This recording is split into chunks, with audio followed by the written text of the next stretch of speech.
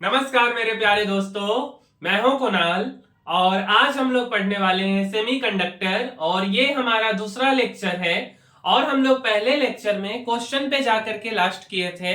तो यार आज हम लोग बात करने वाले हैं इंसुलेटर के बारे में। ठीक है, तो मेरे भाई हम सब लोग ना इंसुलेटर के बारे में खूब सुने हैं। ठीक है, बचपन से सुनते आ रहे हैं, देखते आ रहे हैं ना कि इंसुलेटर वो चीज होता है जो इलेक्ट्रिसिटी को कंडक्ट नहीं करता है। और क्या पढ़े हम लोग, तो और पढ़े कि हीट को भी कंडक्ट नहीं करता है। और अगर एग्जाम्पल की बात आती थी इंसुलेटर की, तो हम लोग क्या पढ़ते थे कि कुकर का डंडा ले लो, या अगर आपके घर में कहीं पे बोर्ड लगा हुआ है तो उस बोर्ड का आप स्विच को देख लो, ये सारा कुछ इंसुलेटर हुआ करता था। और भी प्लास्टिक की बर्तन हो गया, लकड़ी का टुकड़ा हो गया, है ना, ये सारा इंसुलेटर है। लेकिन बात आती है कि जब हम सेमीकंडक्टर पढ़ रहे, जब हमने यार एनर्जी गैप के बारे में पढ़ा है, जब हमने कंडक्शन बैंड के बारे में पढ़ा है, जब हमने वैलेंस बैंड के बारे में पढ़ा है, तो क्यों ना इस तरीके से हम लोग समझे कि वैलेंस बैंड और कंडक्शन बैंड एनर्जी गैप के टर्म में हम इंसुलेटर किसको कहते हैं। तो आइए हम समझते हैं कि इंसुलेटर किसको कहते हैं। ठीक है, तो मेरे भाई इंसुलेटर, अगर हम एग्जाम्पल की बात करें इंसुलेटर की, तो क्या होगा, वुड होगा। हमने एग्जाम्पल में क्या लिया है, तो लकड़ी ले लिया है। और क्या लिया है, तो प्लास्टिक ले लिया है। ठीक है, प्लास्टिक भी ले लेते हैं। और क्या लिया है, तो पेपर ले लिया मेरे भाई, जो कॉपी किताब से हम लोग पढ़ते हैं उसका पेपर।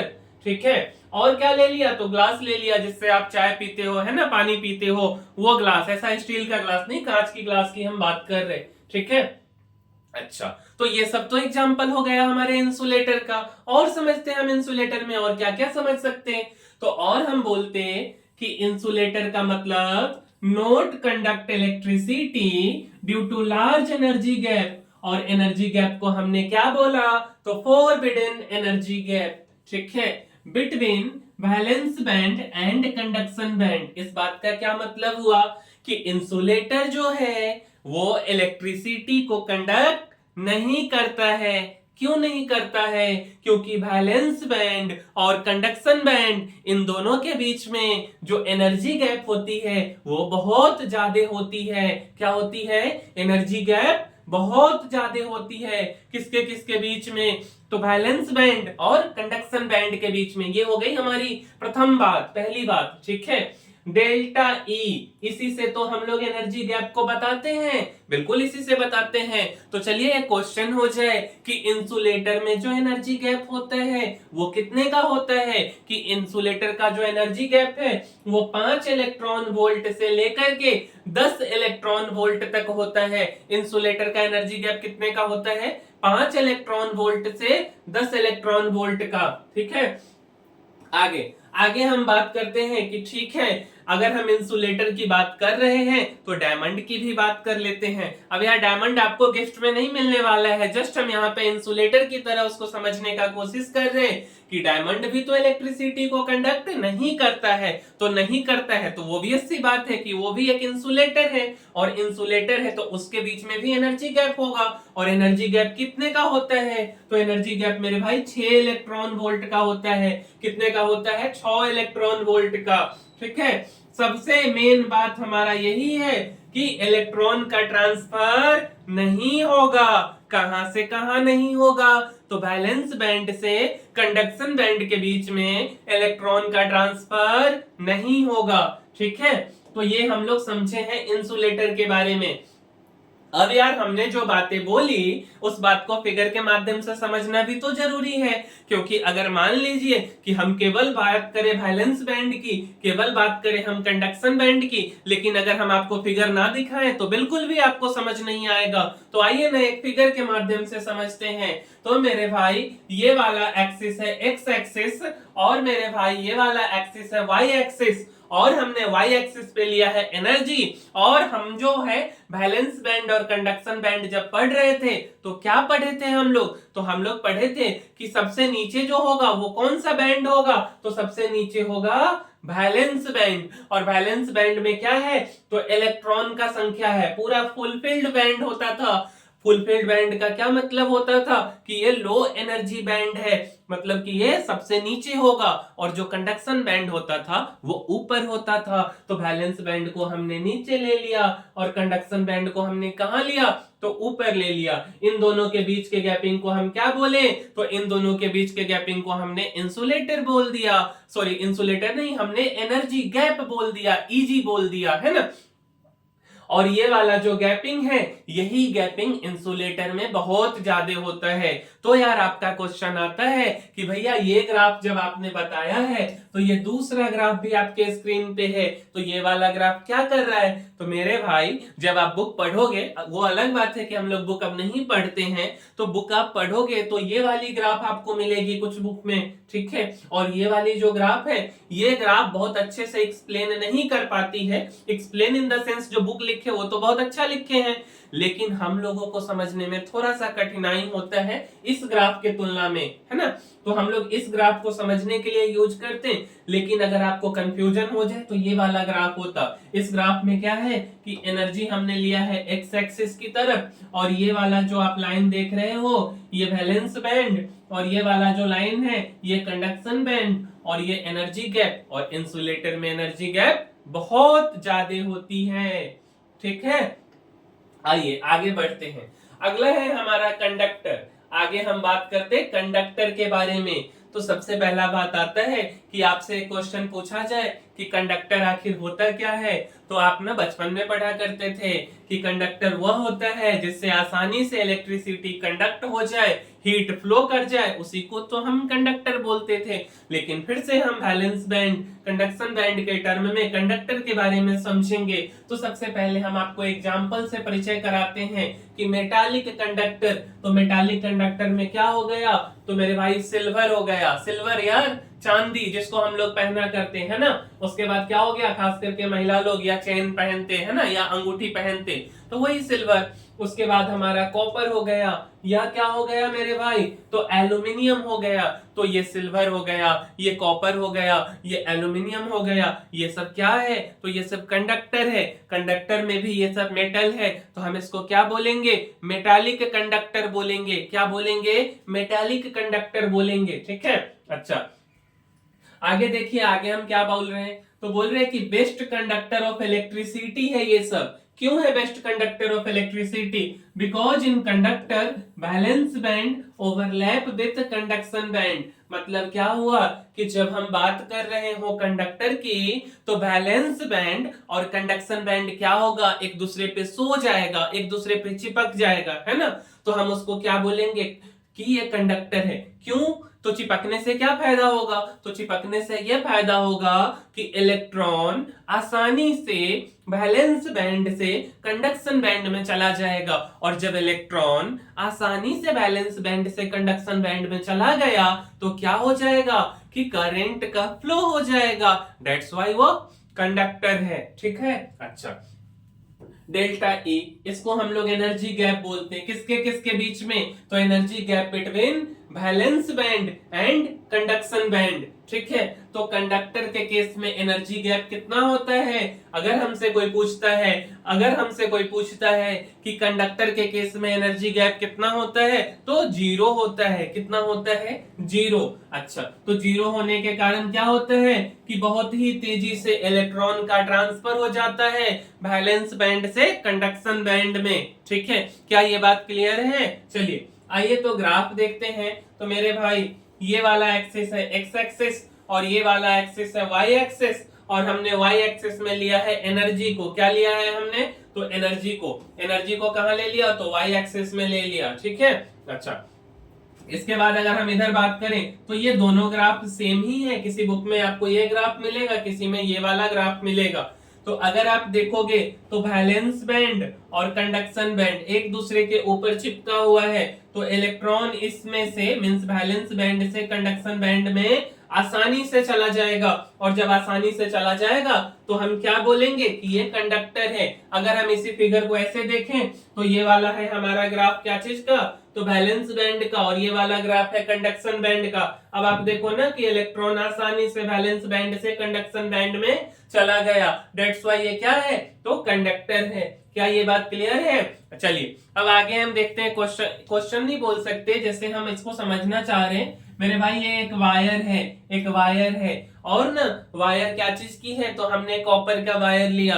अब कॉपर के वायर से क्या फ्लो करेगा, तो करंट फ्लो करेगा, है ना। तो कॉपर के वायर से करंट जा रही, कौन सी करंट, तो आई करंट। और कॉपर का वायर कैसा कंडक्टर है, तो मेटालिक कंडक्टर है। अब आपके सर आते हैं और आपसे पूछते हैं, या आपकी कोई भाई बहन, कोई भी बड़े छोटे कोई भी लोग आते और पूछते कि मान लो कि ये मार्कर, ये पेन कॉपर की है या कॉपर का वायर है, अगर हम इसको ले जाकर के गैस के सामने रख दें, आग पे रख दें, तो क्या होगा, इसके साथ कंडक्टिविटी में क्या फर्क आएगा, रेजिस्टिविटी में क्या चेंजिंग आएगा, रेजिस्टेंस इसका कैसा होगा, इन सब के बारे में अगर आपसे कोई पूछे तो आप उसको क्या जवाब देंगे। तो उसी जवाब को हम लोग समझते हैं कि ये मेरा कॉपर का वायर है, ये एक मेटालिक कंडक्टर है, और यहाँ पे आग जल रही है, और आग से कॉपर का वायर क्या होगा, जल जाएगा क्या। तो भाई जलाना नहीं है, जलाना नहीं है, तो क्या करना है, इसको समझना है कि रेजिस्टेंस में क्या चेंजिंग आएगा, कंडक्टिविटी में क्या बदलाव आएगा, है ना,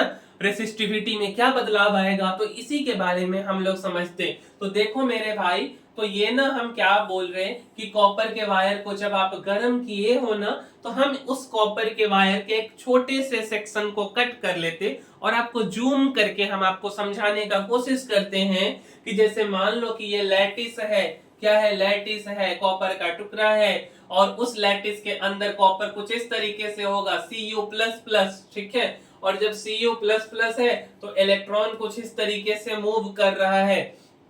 अच्छा, Cu++ हमने क्यों लिखा है, तो हमने इसलिए लिखा है कि कॉपर के लैटिस में जब आप जाओगे तो एक्सेस फ्री इलेक्ट्रॉन होगा। एक्सेस फ्री इलेक्ट्रॉन मींस कि बहुत ज्यादा फ्री इलेक्ट्रॉन। तो हमने क्या बोला है कि लैटिस ऑफ कॉपर में एक्सेस फ्री इलेक्ट्रॉन होता है, और जब हम उसको हीट करते हैं तो मेरे भाई अगर आप रोड पे जा रहे हो, कोई पीछे से आके अगर आपको एक थप्पड़ लगा दिया तो क्या होगा, आपके अंदर जो वाइब्रेशन है, आपके अंदर जो सेंसेशन है, वो लड़ने वाला सेंसेशन हो जाएगा। जो आपको एक थप्पड़ लगाया है आप जाकर के उससे लड़ना शुरू कर दोगे, है ना। उसी तरीके से जब हमने लैटिस ऑफ कॉपर लिया है तो क्या हुआ है कि इलेक्ट्रॉन यहाँ पे था और इलेक्ट्रॉन कुछ इस रास्ते से जा रहा था। अब क्या हुआ कि हमने उसको आग दे दिया। जब आग पे रख दिया उसको तो क्या हुआ, वो इलेक्ट्रॉन के जो है वो हीट होना शुरू हो गया, और हीट होने के कारण क्या होगा, तो ये इलेक्ट्रॉन ऊपर नीचे वाइब्रेट करेगा, और जब वाइब्रेट करेगा तो ये टकराना शुरू हो जाएगा, ठीक है। जब ये टकराना शुरू हो जाएगा तो हम इसी को क्या बोल रहे हैं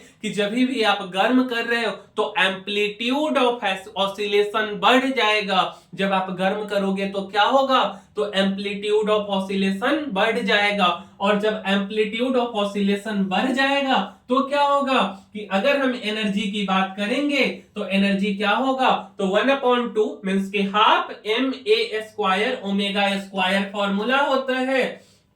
मींस कि अगर हमने टेम्परेचर को बढ़ाया है तो एनर्जी भी बढ़ गया है और एम्पलीट्यूड भी बढ़ गया है। अगर हमने टेम्परेचर को बढ़ाया है कॉपर वायर मेटालिक वायर में तो एनर्जी भी बढ़ गया है, एम्पलीट्यूड भी बढ़ गया है। तो इस बात को हम लोगों को ध्यान में रखना है। अब बात आता है कि भैया आप तो बोले थे कि हम बात करेंगे रेजिस्टेंस के बारे में, बट आप तो बात कर रहे एम्पलीट्यूड के बारे में। तो मेरे भाई अब हम रेजिस्टेंस के बारे में भी बात करेंगे, रेजिस्टिविटी के बारे में भी बात करेंगे, कंडक्टेंस के बारे में भी बात करेंगे, और कंडक्टिविटी के बारे में भी बात करेंगे। तो देखो यार, बात कुछ ऐसा है कि जब टेम्परेचर बढ़ जाएगा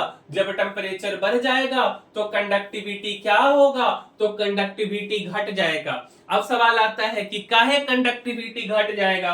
तो भाई एक बात बताओ कि आपको दिल्ली से जाना है पटना या पटना से जाना है दिल्ली, ठीक है। और क्या होता है कि ट्रेन से अगर आप जा रहे हो, जिस रास्ते से जिस लाइन से ट्रेन जा रही है उस लाइन पे अगर 10 ट्रेन आ जाए तो आपको किसी स्टेशन पे या कहीं साइड में ट्रेन को रोक दिया जाएगा, और क्या किया जाएगा, जो ट्रेन का टाइमिंग सही चल रहा है उस ट्रेन को पहले पास करा दिया जाएगा। कहने का ये मतलब है कि 10 ट्रेन के लिए 10 लाइन की जरूरत होगी, तो एक एक को रोक करके धीरे धीरे पास कराया जाएगा। और अगर हम सारे ट्रेन को एक साथ पास करा दें तो एक्सीडेंट हो जाएगा, है ना। उसी तरीके से जब इलेक्ट्रॉन कुछ ऐसे जा रही थी तो एक्सीडेंट होने का कोई संभावना नहीं था, लेकिन यहां कुछ हम हीट नहीं दिए। अब बात आया कि हम इसको हीट दे दिए तो एम्पलीट्यूड ऑफ ऑसिलेशन बढ़ गया, एनर्जी बढ़ गया, अब सारा इलेक्ट्रॉन टकराना शुरू हो गया। तो जो काम आसानी से जा रहा था, एक इलेक्ट्रॉन के लिए अगर एक रास्ता निर्धारित था, अब जो है 50 इलेक्ट्रॉन के लिए एक रास्ता निर्धारित हो गया। तो स्वाभाविक बात है कि कंडक्टेंस क्या होगा, तो वो घट जाएगा, क्योंकि वो आसानी से अपने मंजिल तक नहीं पहुंच पाएगा। जब इलेक्ट्रॉन अपने मंजिल तक आसानी से नहीं पहुंच पाएगा तो करंट कहां से पहुंचेगा, बिल्कुल नहीं पहुंच पाएगा, है ना। क्या ये बात क्लियर है। तो हमने क्या बोल दिया कि कंडक्टिविटी घट जाता है जब हम टेम्परेचर को बढ़ा देते हैं।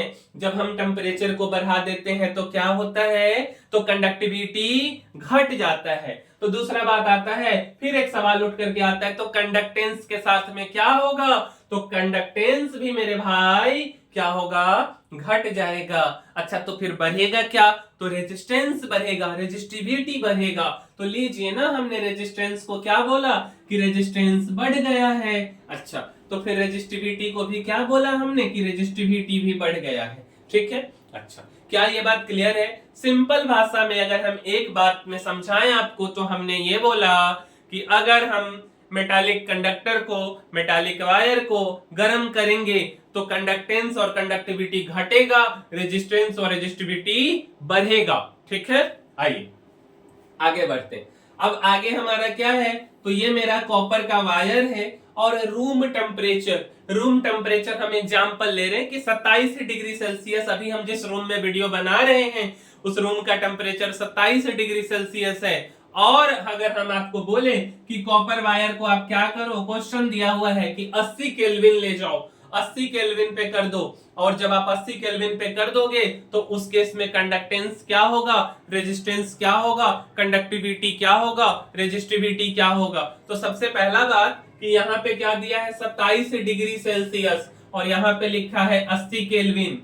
तो अगर हम आपको बोले कि 27 डिग्री सेल्सियस को आप केल्विन में कन्वर्ट करो तो क्या हो रहा है, 27 डिग्री सेल्सियस का मतलब होता है 300 केल्विन। कितना होता है, 300 केल्विन। और 300 केल्विन से आप कहां लेके जा रहे हो, तो 80 केल्विन में लेकर के जा रहे हो। जब 300 केल्विन से 80 केल्विन में लेके जा रहे हो तो हीटिंग होगा कि कूलिंग होगा, तो कूलिंग होगा, मींस आप ठंडा कर रहे हो। ठंडा कर रहे हो तो कंडक्टेंस और कंडक्टिविटी बढ़ेगा, रेजिस्टेंस और रेजिस्टिविटी घटेगा, क्योंकि जब हम गर्म करते थे वायर को तो कंडक्टेंस और कंडक्टिविटी क्या होता था, घटता था, रेजिस्टेंस और रेजिस्टिविटी बढ़ता था। तो जब हम ठंडा करेंगे तो कंडक्टेंस और कंडक्टिविटी बढ़ेगा, रेजिस्टेंस और रेजिस्टिविटी घटेगा, ठीक है।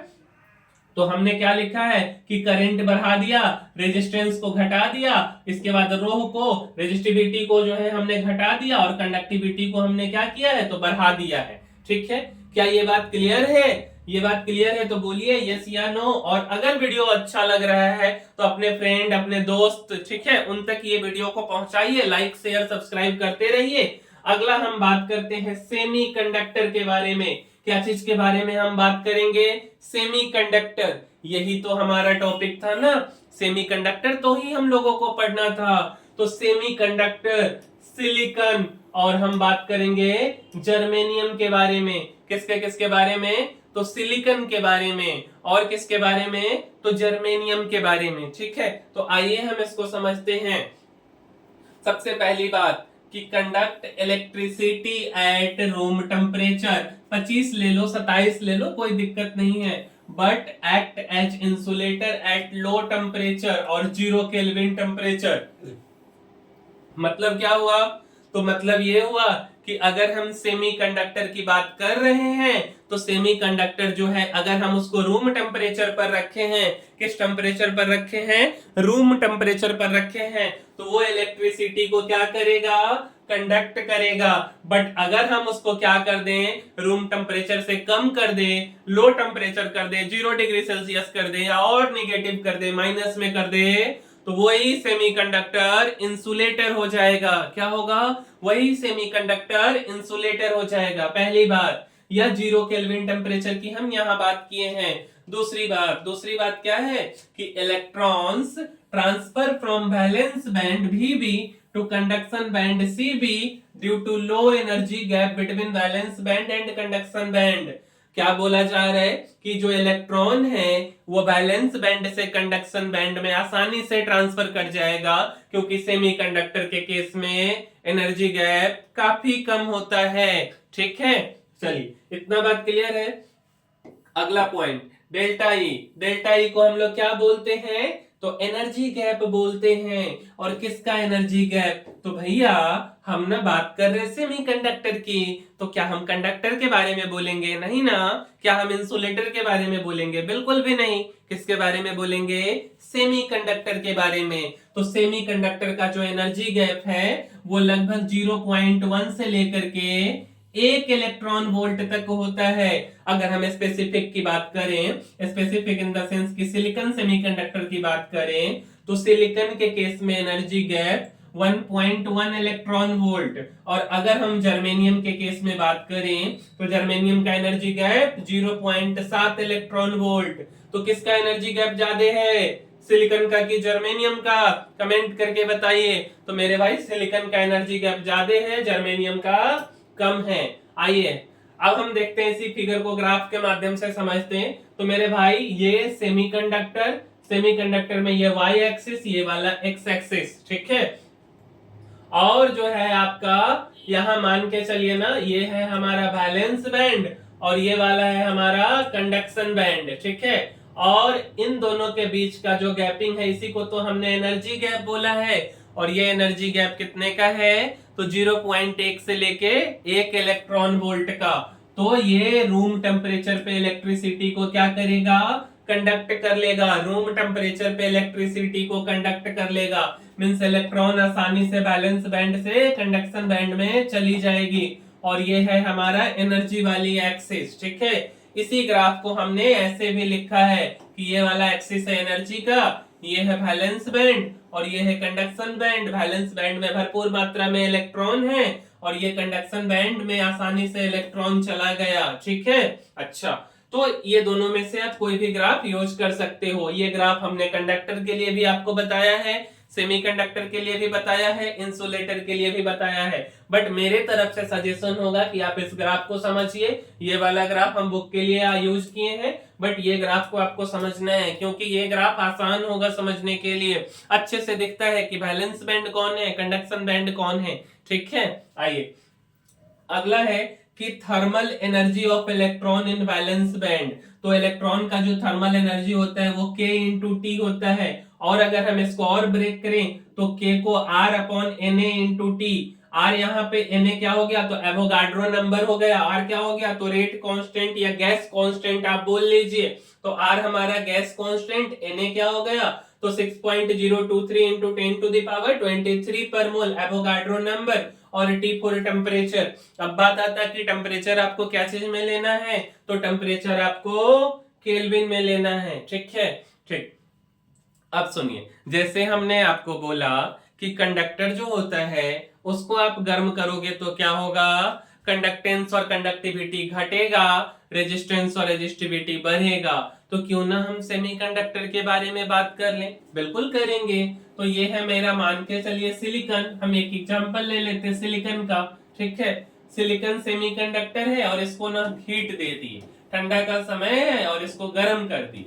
तो जब हम इसको गर्म किए तो क्या हुआ? टेम्परेचर इसका बढ़ गया। और जब टेम्परेचर बढ़ गया तो नंबर ऑफ फ्री इलेक्ट्रॉन भी बढ़ गया। और जब नंबर ऑफ फ्री इलेक्ट्रॉन बढ़ गया तो करंट भी बढ़ गया। मतलब कि सेमीकंडक्टर के केस में अगर आप टेम्परेचर को बढ़ाइएगा तो नंबर ऑफ फ्री इलेक्ट्रॉन का संख्या बढ़ जाएगा। अगर नंबर ऑफ फ्री इलेक्ट्रॉन का संख्या बढ़ गया तो करंट का घट जाएगा, नहीं ना, करंट भी बढ़ जाएगा। तो करंट बढ़ गया, ठीक है। आइए, ठीक, अब देखिए, अगर हम आपसे बोले कि कंडक्टेंस फिर क्या होगा? तो कंडक्टेंस भी बढ़ जाएगा। अच्छा, कंडक्टेंस बढ़ेगा तो क्या कंडक्टिविटी जो है दूसरे को देखेगा? नहीं ना, कंडक्टिविटी भी बढ़ जाएगा। और कंडक्टिविटी जब बढ़ गया तो ये दोनों भाई जो है रेजिस्टेंस क्या हुआ कि घट जाएगा, और रेजिस्टेंस घट गया तो रेजिस्टिविटी बोला कि भाई तुम घट गए हो तो हम भी घट जाते हैं, तो रेजिस्टिविटी भी बढ़ गया। मतलब अगर हम कंक्लूजन देना चाहें तो अगर हम सेमीकंडक्टर को गर्म करेंगे तो कंडक्टेंस और कंडक्टिविटी बढ़ेगा, रेजिस्टेंस और रेजिस्टिविटी घटेगा। ठीक है, चलिए आगे बढ़ते हैं। अगला देखिए, तो ये ना भाई मेरा वायर है और ये कॉपर वायर है, एक छोटा सा हम डिफरेंस देखना चाहते हैं, और ये ना मेरा ग्रेफाइट का वायर है, और अगर ग्रेफाइट का वायर हम नहीं लेना चाहते हम सिलिकॉन का वायर ले लेते। ठीक है, अच्छा अगर हम इसको हीट कर दें कितना तक, तो 80 डिग्री सेल्सियस तक कॉपर के वायर को, तो रेजिस्टेंस बढ़ जाएगा। क्या होगा, रेजिस्टेंस बढ़ जाएगा।